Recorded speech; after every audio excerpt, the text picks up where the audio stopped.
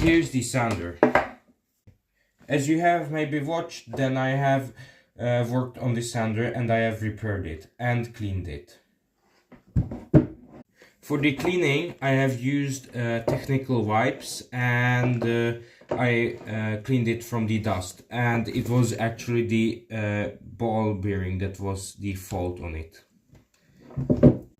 So now I will test out this machine and hopefully I will not get electrocuted. So now I will plug it into the cord. Where's the cord? Oh, there.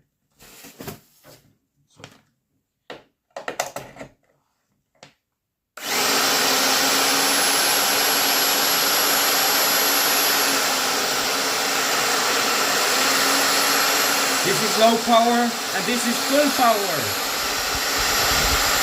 Let's go.